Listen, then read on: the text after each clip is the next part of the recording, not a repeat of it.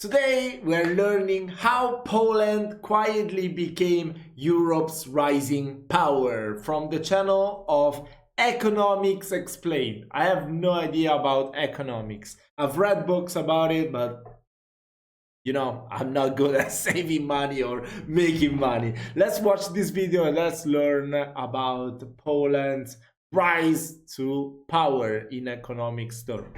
Europe's recent economic history has been largely categorised by debt crises, ageing populations, a lack of innovation and investment, all resulting in general wide-reaching economic stagnation. But for a while now, that's all come with one major exception: Poland. The country on the surface looks like a modern economic success story, growing from a poor satellite state of the failing USSR to today, where it's the fastest growing major economy on the continent. What's more is that it's seemingly avoiding a lot of the pitfalls of its EU peers. Debt to GDP is very manageable, its population is ageing but not as rapidly as other advanced look at Italy, that's crazy, we're so fucked up, oh my god. economies, and most of all, it genuinely seems to be innovating, producing new technologies and reinvesting into tools and systems that make its people more economically productive. Now, if this can work for Poland, a country with a rather comprehensive list of genuine macroeconomic challenges, the most logical action would be to take what's working here and do it for the rest of Europe.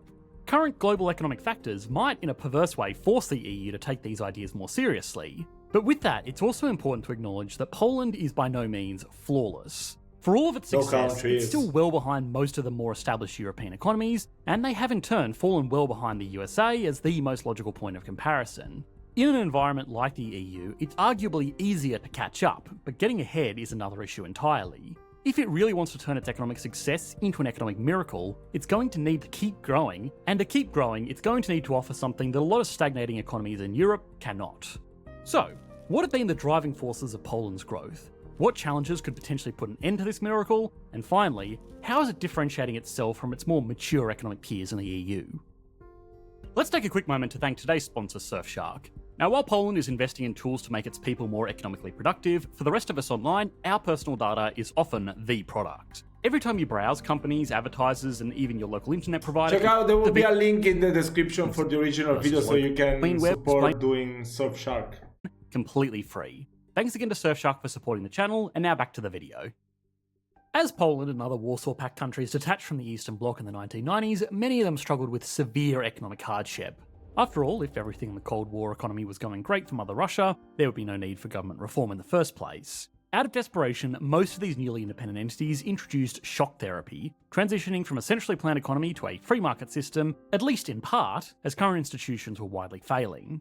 What separated Poland from other nations, however, was the way in which they transitioned from public to private, favouring slow, competitive change over immediate arbitrary experiments. Of course, this was arguably the most important decision they could have made. Russia, Ukraine, Hungary, Moldova, and others decided to rip the band-aid off quickly, leaving them vulnerable to unchecked oligarchies seizing privatised industries for themselves. Poland's approach, although sharing the same goal, was far more multifaceted. Instead of selling off state assets to a small circle, they held public offerings, encouraged foreign investment, and introduced employee stock ownership plans. And, without a small circle of monopoly men pushing all the buttons, Poland's developing marketplace was motivated to reduce corruption with new policies. Choosing a slow transition in order to prevent a chaotic rat race to the finish line, they encouraged newly privatised businesses to compete with pre-existing government-owned businesses of the past. The little victories of this method were initially overlooked. Poland was in such a terrible shape that it had a GDP per capita of $1,700, less than 10% of what was seen in the West. However, the gap has been narrowing dramatically, while those that were once dwarfed it are slowing down. Today, with a population of around 40 million people, Poland has managed to garner a tremendous amount of attention from economists, with some arguing that it could act as a lifeline for Europe in the coming decades. In fact... That is so cool. Wait, let me read that again. Since 1999, my family has gone from farm laborers to high achievers. Something similar has happened to my country. Wow, this is so cool. It's impressive that economists have projected that Poland will likely to continue to see similar growth leading into 2030. There are a few other factors that are developed in Poland that have made it particularly interesting in our modern global economy. For starters, Poland has been a long-time member of the EU, and that membership has arguably benefited its bottom line more than any other country in Europe. They are the largest EU cohesion fund recipient, totaling 213 billion euros or 220 billion US dollars, and this is only suspected to grow into 2027. Now, this can potentially come with a series of complications. While this assistance and improvement can be helpful, it also has the potential to do the exact opposite. For poor members, the Free Work Agreement of the EU has seen a lot of their most talented workers move to richer countries in the Union, where they can earn more money, often working in better conditions. Yeah, but this is Germany. Why are they showing pictures of Germany? They're talking about Poland. I don't get it. This problem only compounds when struggling countries have also had to deal with a currency that's been kept high by wealthy export economies like Germany, which in times of economic crisis has meant that their currency couldn't fall like it probably would have if they had their own currency. This was particularly pronounced in Greece and Spain during the GFC and the Eurozone crisis. If they still had their own currency while they were struggling, their debts would be easier to manage, and a deflated currency would make their exports and tourism more competitive, helping to boost their income. But with the euro, that didn't really happen. Even in less extreme circumstances, conducting monetary policy that is both ideal for a slower, more established economy like Germany and a rapidly developing economy like Poland is really hard, and ultimately is always going to be a compromise. Of course, this isn't meant to put the Eurozone on trial here. Generally, it's agreed that the benefits have outweighed the costs, especially for growing economies like Poland. But it's also important to acknowledge that those costs do exist. There are a number of major advantages though. The single market promoting free movement of goods, services and capital has resulted in increased consumer confidence and healthy competition, and it undoubtedly gives participating countries a fair amount of incentive to work towards common interest for the sake of the whole. Moreover, the argument could be made that the group has become a scapegoat for stagnation, as the UK, since its detachment from the programme, has experienced similar struggles virtually identical to those experienced by the rest of the Eurozone. Not to mention that, without cooperation within the EU, Poland would almost certainly not be where it is today. What actually sets Poland apart from these starting to falter is how they participate. As Poland has so far refused to use the euro as their official currency, technically separating it from the Eurozone, while still serving various functions within the organisation. It's allowed them to remain autonomous-ish and avoid having to compromise as much on monetary policy, helping with inflation, as well as better manage exchange rates to buffer against major shocks. Of course, they're feeling the pain in some areas as they are still connected to the region's highs and lows, just not as much. Plus, perhaps most importantly, there's the matter of how they've been using EU funding to their advantage, being far more conscientious than others receiving the assistance. Over the past decade, the country's done a fairly good job of diversifying, prioritising services and technology. Its automotive industry, for example, has become its fourth largest employer, now accounting for 11% of the country's total industrial output and 4% of its GDP. And this has been great in terms of foreign direct investment from companies like Fiat, Toyota and Volkswagen, whose interest has only increased in recent years given the significant push towards electric vehicles and their respective patented tech and batteries. They've also leveraged this position in a broad sense to act in some ways like the tech hub of Europe, something that other countries have famously struggled with, particularly when it comes to information and communication technology. With an immense amount of effort, Poland's ICT market has grown to $26.5 billion, showing year-on-year growth of over 4%. What is IST? In an economy that wasn't ICT. huge to begin with, this seriously strengthened their GDP in a highly technical and value-adding field. It's this same focus that's led to the continual development of education and skilled labour, with 66,000 students enrolled in ICT-related studies, 430,000 employees in IT, leading to a growing pool of talent. This is crucial because, as a whole, Poland has been staring down the barrel of a middle-income trap for some time now. Using purchasing power parity, they've been on the cusp of achieving high income status. Bro, Poland is so beautiful. Look at the buildings. What the hell? But have consistently fallen short, causing a case of brain drain, at least so historically. clean and perfect. But they aren't the only country that has suffered from this phenomenon. Scientists and engineers in the EU by location. 2000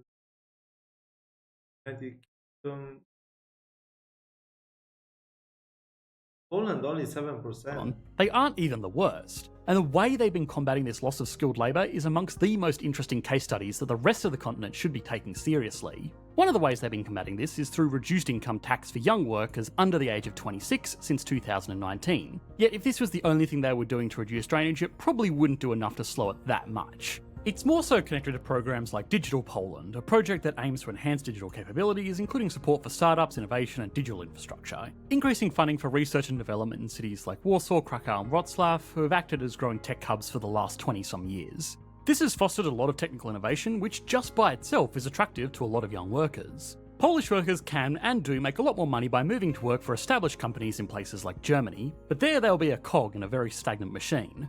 Poland's counteroffer has been that their salaries aren't as high, but technical young workers will get to contribute to cutting-edge projects that more established economic centres just don't have the appetite for. In other words, luring skilled workers across the border with living standards and a better paycheck can obviously be very effective. People love security. But if an industry player can sell the promise that you'll learn more and feel like a meaningful team player, young people will be inspired to stick around, even if the venture is a little bit more risky, because in the long run their value will still increase. Now this is also great for workers because they get a choice. The exciting path or the safe path. There is no right or wrong, and it also helps that even though the salaries are a lot lower in Polish cities, the cost of living is as well, so quality of life these days is significantly improved from where it was even 2 decades ago.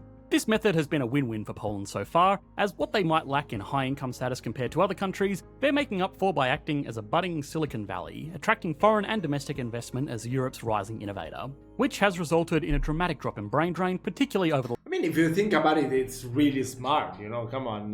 The world is going in the direction to be more and more technological.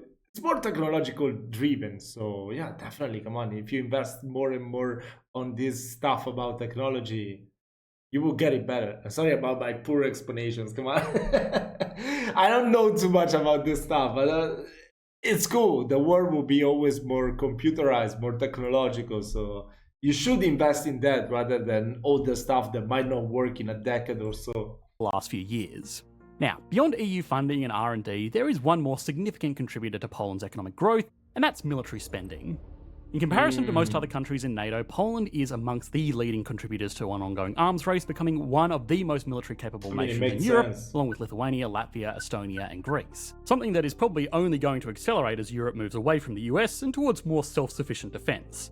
And look, this isn't a military channel, but spending is spending, and it's playing a progressively massive role in the Polish economy. Aside from plans to recruit almost 500,000 more troops, the country has been making a ton of deals to secure military equipment, and the shift towards European-centred military contractors will be another massive industrial opportunity for the country. Economically, this is a multifaceted issue, creating a set of burdens and benefits.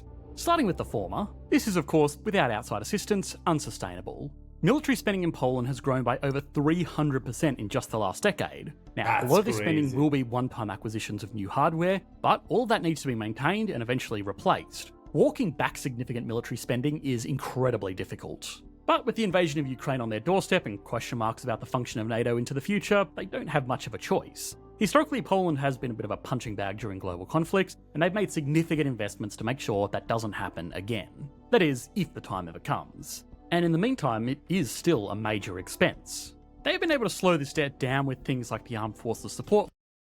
Wow, by about 10%. Wow, that's incredible. Okay, 10% higher than in 2024. Okay, I read it wrong. Still very impressive. Complex financial mechanisms like loans and bonds issuances, budgetary adjustments along with aforementioned capital investments, but there's a high likelihood that this will result in serious fiscal strain in the not so distant future. Now, on the flip side, although war is an ugly prospect, it does contribute to the economy in more ways than just creating unstoppable boom death machines. Among the obvious benefits is that, albeit temporarily, this does reduce unemployment, while, when done effectively, provide skilled labour in the civilian sectors for later opportunities down the line. Also, with new bases comes new infrastructure, which means better roads, dual-use facilities like hospitals and cybersecurity that, once tested, will benefit private communication. One of the unique benefits that doesn't apply to all countries, just mainly Eastern Europe in this context, is mounting tensions with Russia in the realm of energy. In an effort to circumvent their reliance on fossil fuels, as Russia was and is a major supplier to much of the West, Poland has steered its focus towards sustainable ways to produce power with its very first nuclear power plant. This is a long-term and expensive construction project, but there seems to be a stigma around this sort of... Oh, that's crazy. Energy use per person versus GDP per capita. Bahrain, Qatar, Brunei, Kuwait. I mean, Brunei, I've read about it that the king of the microstates is providing pretty much everything to the people, so they don't need to care about how much they will spend. Australia, Austria, Macau, Laos, Kyrgyzstan, Botswana. Wow, that's incredible. The thing has since faded, and a reliable source of energy is one of the strongest predictors of long-term economic prosperity. So from R&D to fiscal responsibility to infrastructure, all of this is impressive and worthy of the headlines Poland's been receiving. However, they still aren't really in line with the truly developed EU countries like Germany, France, and especially places like the Netherlands. And that's after they've been stagnant for almost 2 decades now. So is Poland just playing catch-up, or is it actually on track to grow past these stagnant players? Well, nobody can predict the future, least of all economists, but there are things worth considering that could make this at least feasible in the long term. It's definitely outpacing other middle-income countries like Greece, and given the current struggles seen in Spain, there is a fair amount of predictions that Poland will pass them in due time. Germany is Europe's dominant economy, but they face their own bundle of challenges like energy policy and other slowdowns that have significantly affected growth rates. France's economy is strong, but it's also one of the highest public debt ratios in the EU, expected to rise to about 117% of GDP by 2026. COVID hit them extremely hard, and they're just now starting to pull back and get things under control. It's also important to point out that Poland's military spending is, at least in part, one of the reasons they didn't suffer the same kind of pandemic lows as their neighbours did at the turn of the decade. And taking all of the spending information from before into account, this still leaves the country vulnerable to debt concerns leading up to 2030 if outside funding were to slow down or stop for whatever reason. Also, for now, lower incomes have been attractive to foreign companies looking to set up cheaper manufacturing centres that are still within the EU. If they catch up and those incomes become comparable to the more established economies within the EU, that investment is probably going to slow down. All this looks so beautiful and nice. Just to say that Poland has definitely seen unprecedented growth, and the way that this growth has manifested has encouraged foreign investment in their most profitable sectors because they've been so trustworthy.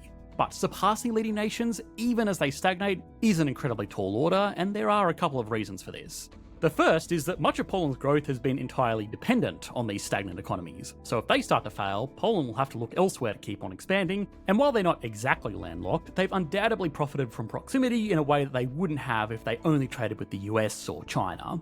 Even still, though it may not have the most enviable neighbours, any outstanding resource advantages, or long-established wealth, it's playing extremely well with the cards it's been dealt. If it can maintain innovation as it has been, reward its workforce as it reaches high income status, and avoid typical pitfalls of unmanageable debt, it could certainly be a major player in the region, and at the very least, a decent case study into what the rest of the continent could look to save themselves. Now, we made an entire video on the general stagnation of the EU last year, which should give some context to the exact challenges that Poland has so far managed to sidestep. We didn't want to repeat too much here, but as always, you should be able to click to that video on your screen now. Thanks for watching. That was very interesting. I will definitely be checking out this video, how Europe sabotaged its own economy on my own time. I mean, I didn't understand everything. You guys that come from Poland will understand, will have more to share. So please do so in the comment section so I can understand it better. So yeah, thank you so much for watching this video with me. I will be waiting for your comments. I want to learn more about your country's economy. See you in my next video.